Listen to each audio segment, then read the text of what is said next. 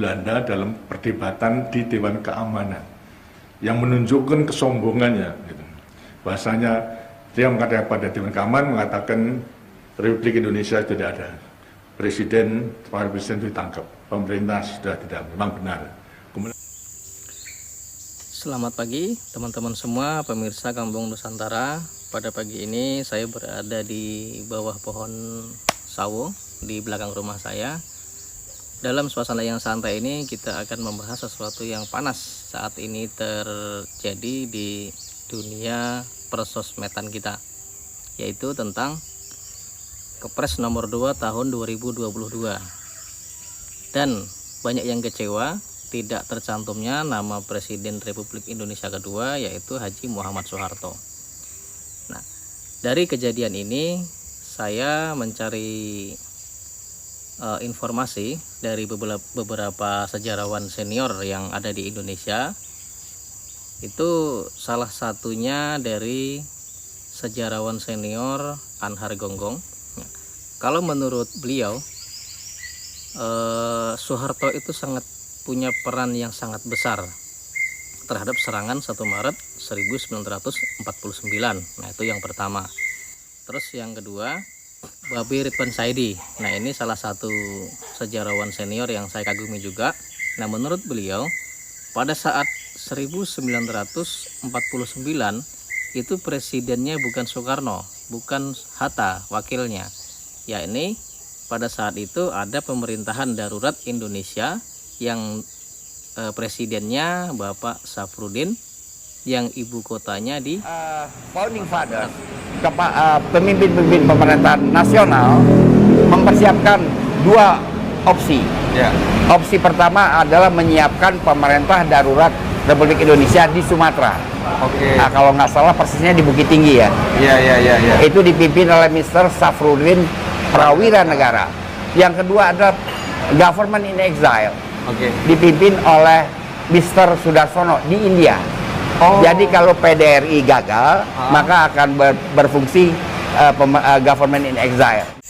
Nah, menurut teman-teman semua gimana dengan Kepres nomor 2 tahun 2022 ini? Nah, dari penjelasan Menko Polhukam kita, Mahfud MD, kenapa tidak tercantumnya nama Soeharto? Karena dalam Kepres ini hanya dicantumkan nama presiden, dan wakil presiden. Terus jenderal besarnya pada saat itu Jenderal Sudirman, dan Kementerian Pertahanannya Sri Sultan Hamengkubuwono ke-9. Saudara, ini adalah keputusan presiden tentang titik krusial terjadinya peristiwa, yaitu hari yang sangat penting. Ini bukan buku sejarah. Kalau buku sejarah tentu menyebutkan nama orang yang banyak. Ini hanya menyebutkan bahwa hari itu adalah hari penegakan kedaulatan negara, dan yang disebut di situ hanya pimpinan negara, ya, presiden dan wakil presiden, kemudian Menhan Sri Sultan Hamengkubuwono ke-9, dan Panglima Jenderal Sudirman sebagai penggagas dan penggerak.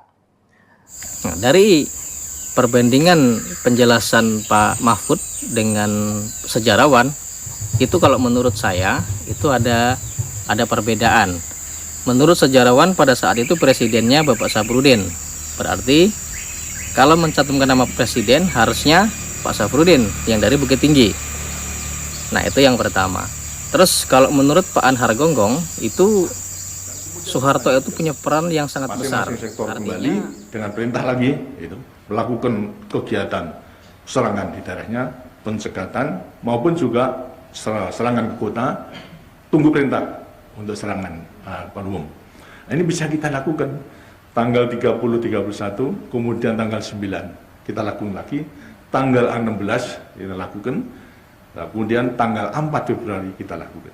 Sekaligus tanggal 16 pada waktu itu adalah untuk mengantarkan, karena sektor kota belum dibentuk, tanggal 16 saya antarkan, saya mimpin sendiri pertempuran nanti penyerangan dari timur, kemudian mengantarkan yang namanya Marsudi sama saudara Mir Burtono gitu, untuk menjadi komandan sektor di kota.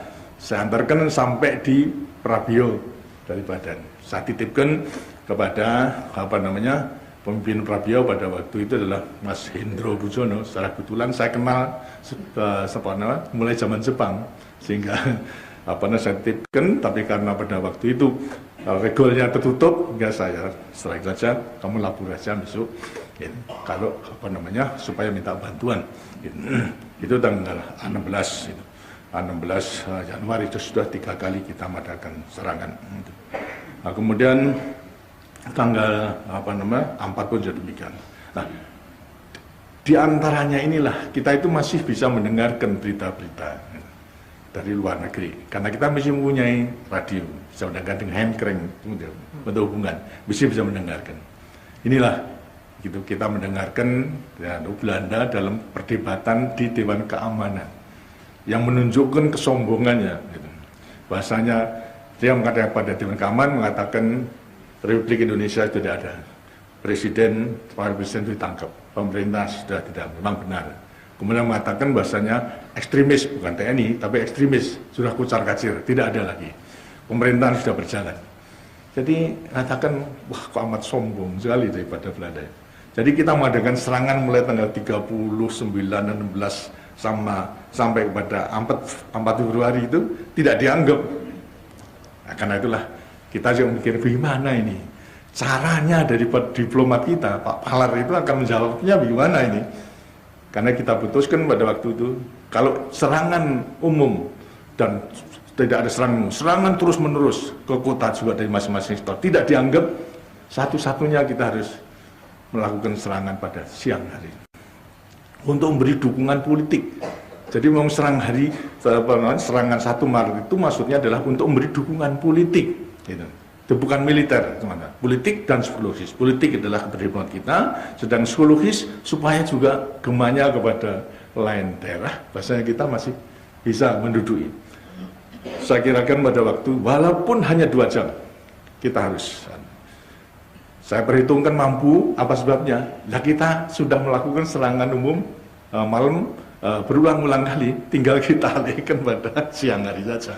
Kita masuk, kemudian lantas karena nyerang pada siang hari, dan kemudian menduduki, walaupun hanya 2 jam. Saya katakan 2, setidaknya 2 jam untuk memberi dukungan politik.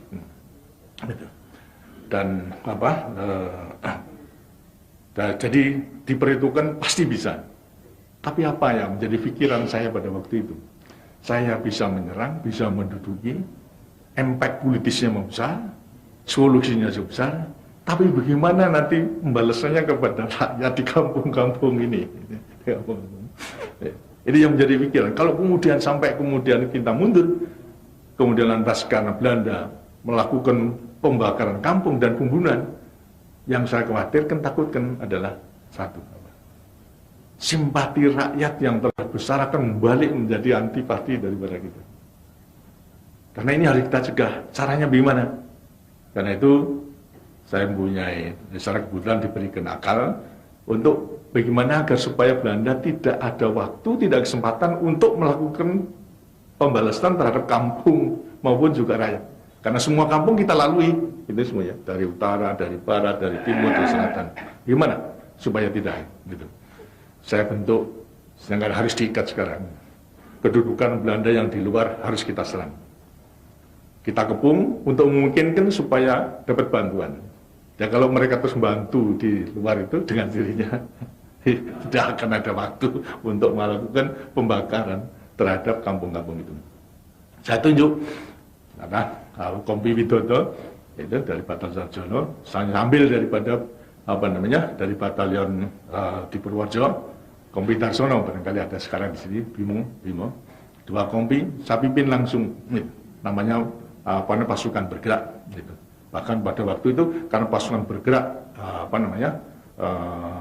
di garis 10, sehingga saya singkat PB 10, gitu.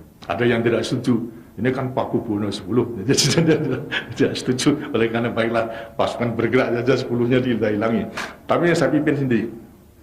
Ini dalam rangka strategi atau siasat untuk mensukseskan serangan umum 1 Maret tadi, itu agar supaya akibatnya tidak nanti ada pembalasan daripada Belanda terhadap rakyat di kota. Nah, menurut teman-teman semua gimana atas Kepres nomor 2 tahun 2022 ini? Nah, silahkan bagi yang punya informasi mungkin bisa dicantumkan di kolom komentar atau masukan-masukan dari teman-teman semua. Sekian pembahasan kita. Salam NKRI.